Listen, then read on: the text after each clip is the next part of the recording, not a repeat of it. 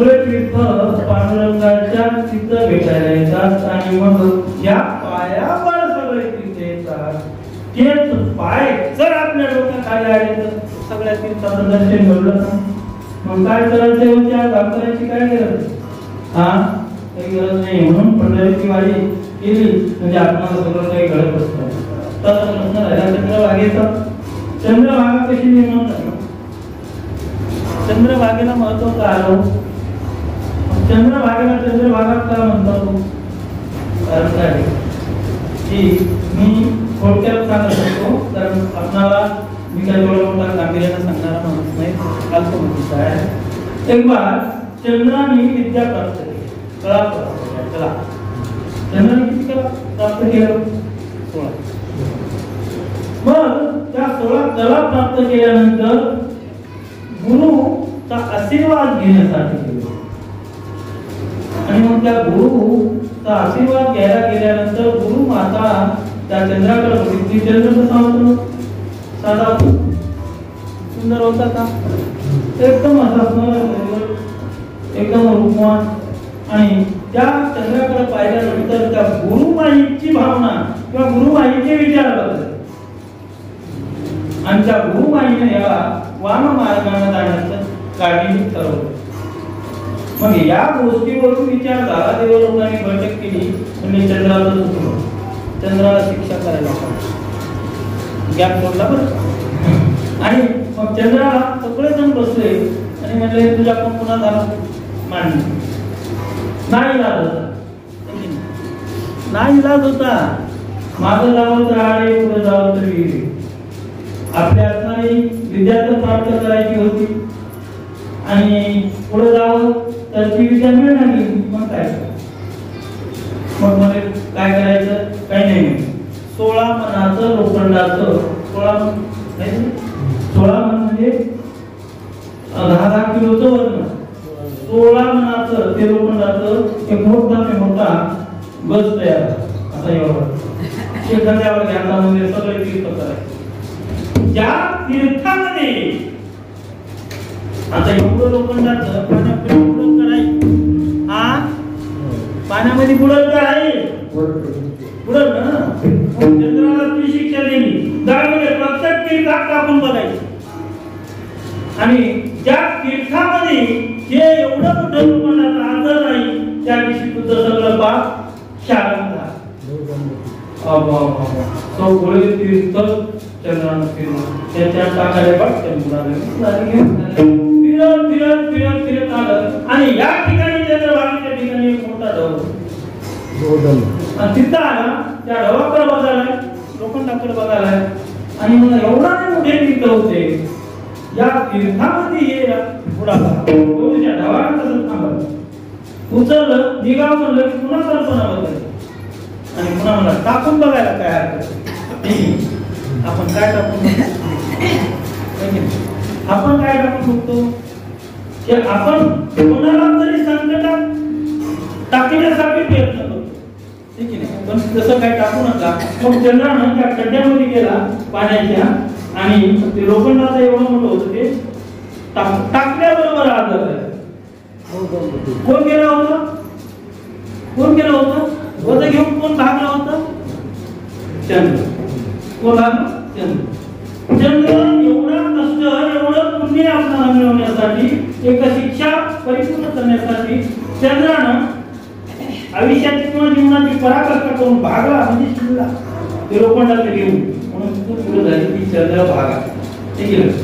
आणि त्या चंद्रभागेला किती महत्व आलं? ती चंद्रभागा म्हणजे सगळ्यात तीर्थात श्रेष्ठ तीर्थ झाली. म्हणून आज आपण पंढरपूरला गेलो आणि चंद्रभागेचं दर्शन केलं म्हणजे आपल्याला सगळं मिळालं.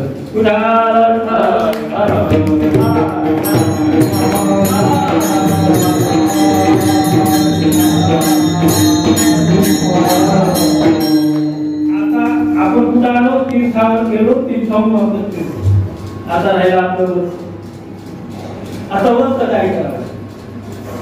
कारण महाराज म्हणले ना, आणि त्यांना काही तीर्थ सांगितले, तीर्थ जाण्याची गरज नाही. मग व्रत का करायचं नाही? मला सगळ्या तुम्ही सांगता व्रत एकादशी करीने उपवासी मग तुम्ही का करत नाही कोणतं व्रत याच्यापैकी? अरे म्हणतात एकादशी व्रतच एवढं श्रेष्ठ आहे की याच्यापेक्षा दुसरं व्रत श्रेष्ठ नाही. ऐका व्रताचे महिमान, ऐका व्रताचे महिमान, ऐका व्रताचे महिमान, ऐका व्रताचे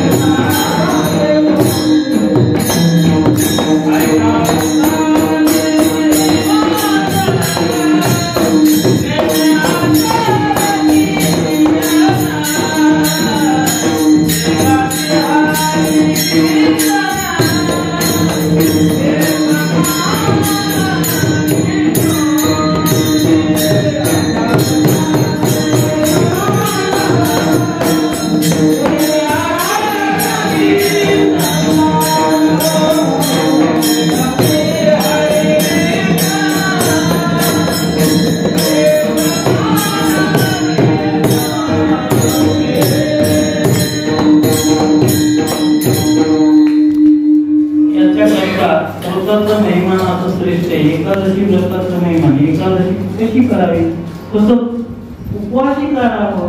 उपाशी राहिल्यानं दोन पद्धतीने सांगतो. आपण धार्मिक पद्धतीने जर विचार केला तर आपण देवाला आळवण्यासाठी धरलेला उपवास किंवा त्याच्यासाठी अन्नग्रहण न करण्याचं केलेलं व्रत. शास्त्रीय विज्ञानाच्या पद्धतीने सांगायचं का? विज्ञानाच्या पद्धतीने जर सांगायचं झालं तर आपल्या पोटामध्ये आपण जे काही खातो ज्याचे मळच तयार झाले, एक दिवस आपण उपाशी राहिलो म्हणजे हे सगळं आपण काय करतो, उपाशी राहिलो म्हणजे आपण पाणी पितो, अल्प आहार करतो आणि मग याच्यातून आपल्या शरीरात पाणी गेल्यामुळे आपल्या शरीराची काय होते, स्वच्छता. आपण काय करतो 15 दिवसाला किंवा महिन्याला आपला वाडा पाण्यानं धुवून टाकतो. कशासाठी करतो?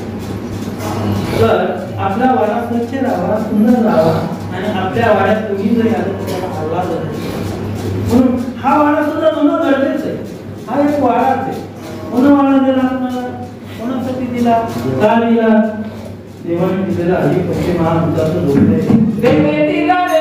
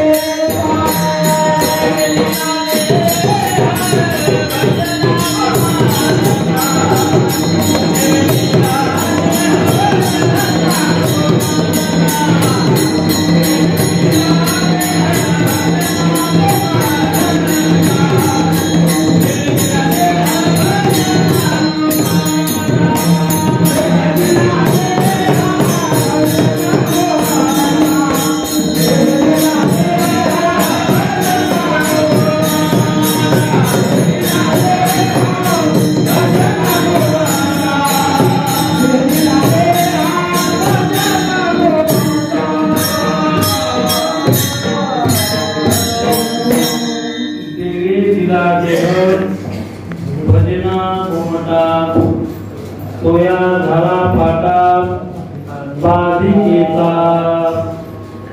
देवानी आपणाला भजन कशासाठी भोजनासाठी दिलाय का नाही महाराज काय काही गरज होती का तुम्हाला आपणाला 84 वयामध्ये कोटी कोटी फेरा देऊन एका जन्मामध्ये एक 84 लक्ष एका योनीमध्ये आपणाला 1 कोटी फेरा करावा लागतो तेव्हा दुसऱ्या कोटीमध्ये पडतो म्हणून या सगळ्यातून आपणाला फिरून मानवाचा जीवन मिळतो कशासाठी दिला की बाबा एवढ्या सगळ्या संकटाला तोंड दिले आता तरी सुधर शिकता या जन्मामध्ये आता तरी सुधर शिकता आणि माझं नाव शिकता आणि येण्या जाण्याची चुकवू शिकता मोक्ष प्राप्त कर शिकता पण आपण काय करतो देवाने देह दिला पण तो या झाला बघा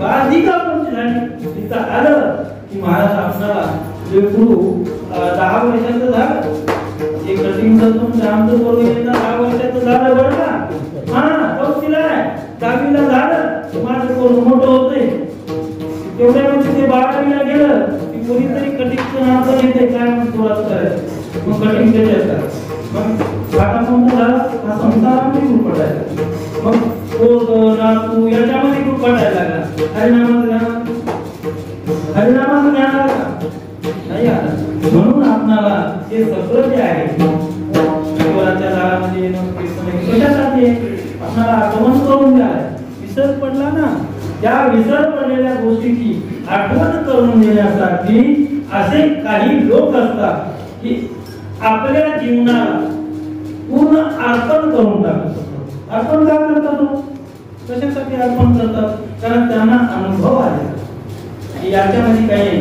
नाशिवंत देह प्राणाळ सकल आयुष्य काळ त्या संसारामध्ये नाशिवंत देह त्या नाशिवंत देहाची जीव करायची ज्याच्यासाठी आलाय ज्याचा आहे त्याच्या पायावर भेटून यायचा आणि तसं करायचंय तसं तर त्या पांडुरंगाला म्हणायचं आणि आपलं कार्य करायचं त्याच्यावर आपला सगळा प्राणपणा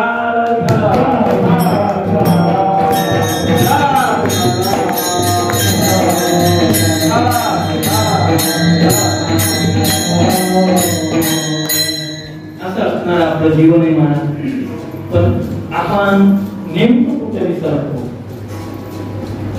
तर आपण इथंच विसरतो की यावेळी या महाराज लोकांनी मोठ्यानं ग्रंथ दाखवून आपणाला त्या महाराजांच्या अभंगातून सांगावं त्यासारखं गेल्यामुळे इथं उभा टाकावं आणि कंठ फाडून तुम्हाला त्यांनी जे काही अभंग टाकलाय किंवा जे काही वाक्य टाकले त्याच्यावर थोडंसं विश्लेषण करून सांगण्याचा प्रयत्न करतो जास्त तर काही करत नाही तुमच्यापेक्षा सांगायचं वक्त्यापेक्षा श्रोता श्रेष्ठ हुशार मग एवढं सगळं सांगितलं एवढ्या सगळ्यातून आपण थोडं तरी नक्कायुक्त जरी प्राप्त करून घेतलात ना कानामध्ये यायचं या कानामध्ये तरी आपण जिंकलो भविष्यामध्ये शेवटचा टप्पा असतो शेवटचा टप्पा आपण पहिले 25 गेले दुसरे 25 गेले आता तिसरे 25 लागले तिसरे 25 कशासाठी येतात तिसरे 25 करता रस्ता दिसतो चौथ्या 25 मध्ये तुम्ही एक वर्ग येऊ शकत नाही येऊ शकता का पडेल वर सुद्धा येऊ शकत नाही म्हणून 4-25 चे तुकडे टाकून गेले अगोदर 25 तर वाया आता जो तुम्हाला कळतही नाही गेले दुसरे 25 आहे ते थोडंसं तुम्हाला उजळणी करायला लावते पण त्या उजळणीमध्ये तुम्हाला कुठल्या 25 ची आठवण राहत नाही ते 25 निघून जातात आणि मग पुढे जे 25 असतात त्या 25 मध्ये याच्यासाठी दिले आता तरी तू इकडे लक्ष दे आता तरी पुढे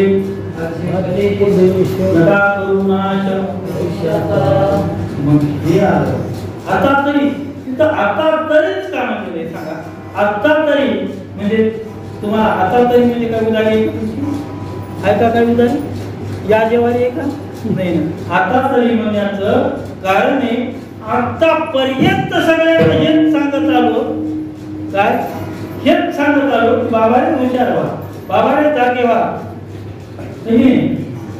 पण आपण जागे झाला नाही, तुमच्या मागे तुमचे पिढ्यांचे लोक जागे झाले, आता तुम्ही तरी जागे व्हा. जागे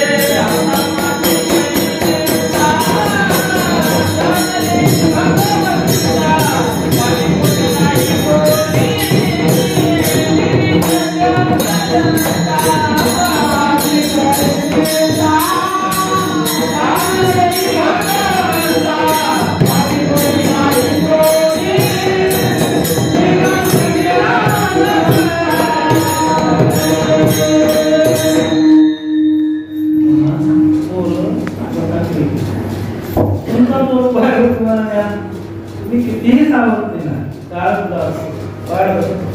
काय वाटतं हे कधी सुद्धा कधी वरून आपल्याला पत्र येईल आणि कधी पण यांना गाडीत बसून केले कर्म आणि त्याची झाले जे कर्म केलं ना त्या कर्माचं आपल्याला भोगावं लागतं.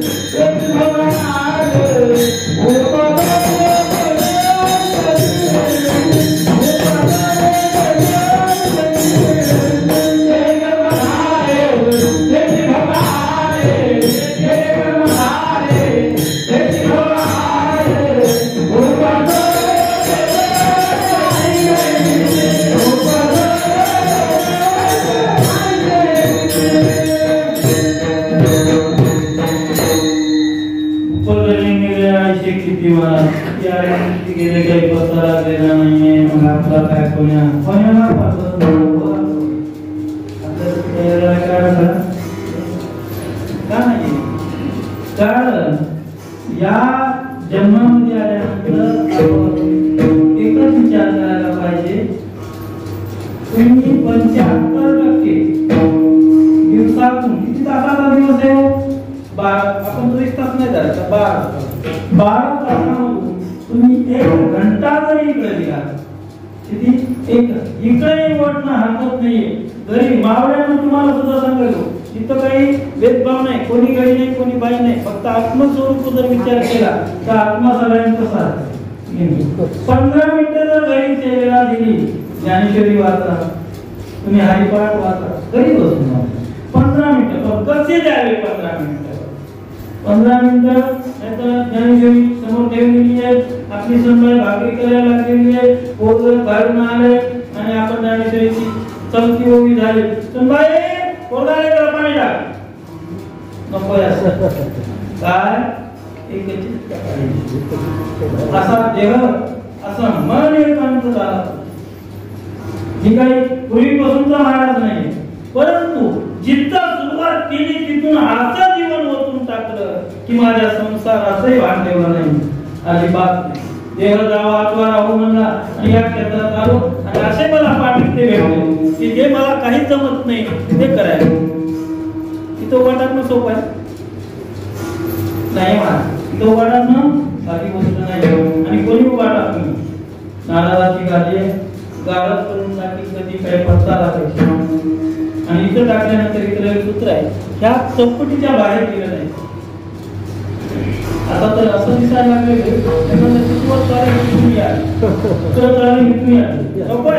आणि तुम्ही ऐकणारे असतात, गावातले असतात, आई वडील प्रेम देत असतात, सूत्र ठेवायचं. आपणाला जर आपल्या या अध्यात्मात आपल्या संप्रदायात जर सूत्र ठेवायचं असेल, ठामपणे सांगायचं, खाली पाय गेला की महाराज खाली येऊ नका, नाचता काय नाचता थोडं मोठं वाचून कामी याच्या खाली गेलं म्हणजे संसार, याच्या खाली गेलं म्हणजे या सगळ्याचा विनोद झाला.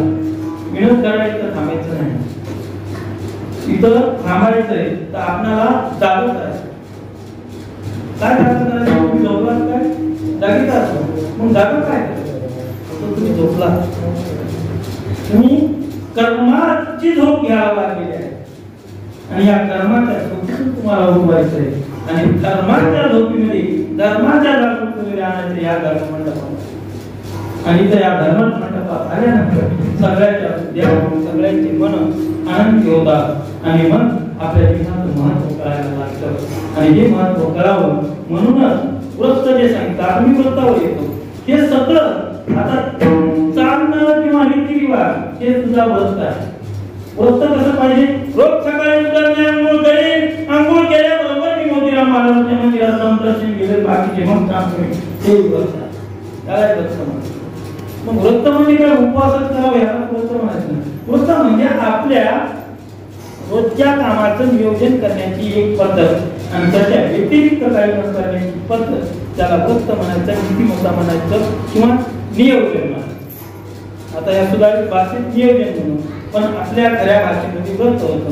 आणि हे व्रत आपण चुकू नये म्हणून आपल्याला या धर्ममंडपामध्ये एकादश असो कधी असो कार्यक्रम घेतला जातो आणि त्याच्यातून ती धर्मनीती समजावी म्हणून धर्ममंडपामध्ये असतात.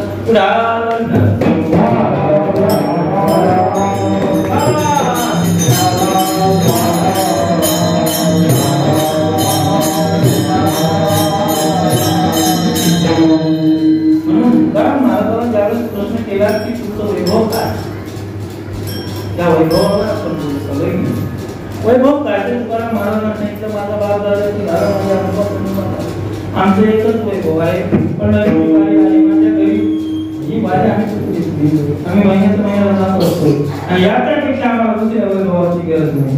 कोणी वैभवाची गरज नाही, धन संपत्तीची आम्हाला काही गरज नाही, नको तुमचे सोने नाणे, बाकी मला तुमच्या पुढं आम्हाला ते पाहिजे, आम्हाला हे पाहिजे. काय पाहिजे? नाम घ्यावे दास जोगाचे आम्हाला हे पाहिजे.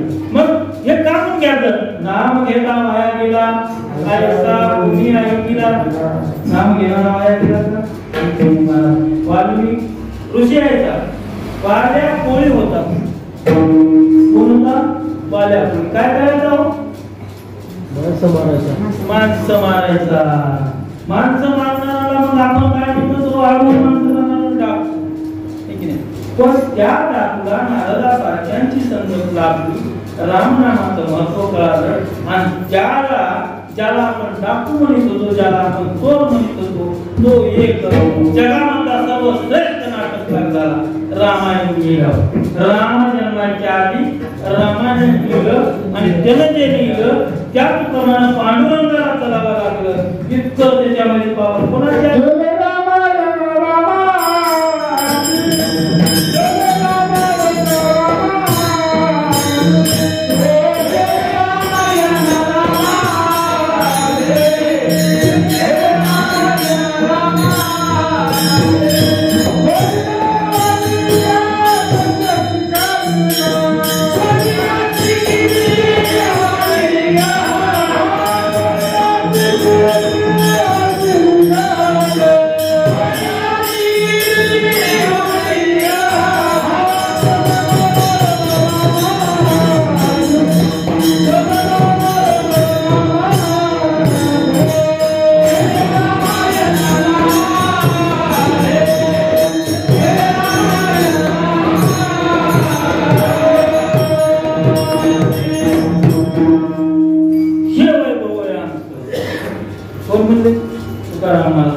एवढी या नामात ताकद आहे आणि त्या नामाधारकाला त्या नामाचा मी धारक आहे आणि ते नाम माझं कंटिन्यू राहावं म्हणून मी वारी करतो हे माझं वैभव याच्यापेक्षा मोठं काही वैभव आमचं नाही अशा प्रकारे ते आपल्या सेवेच्या अभंगाचं पहिलं चरण आहे.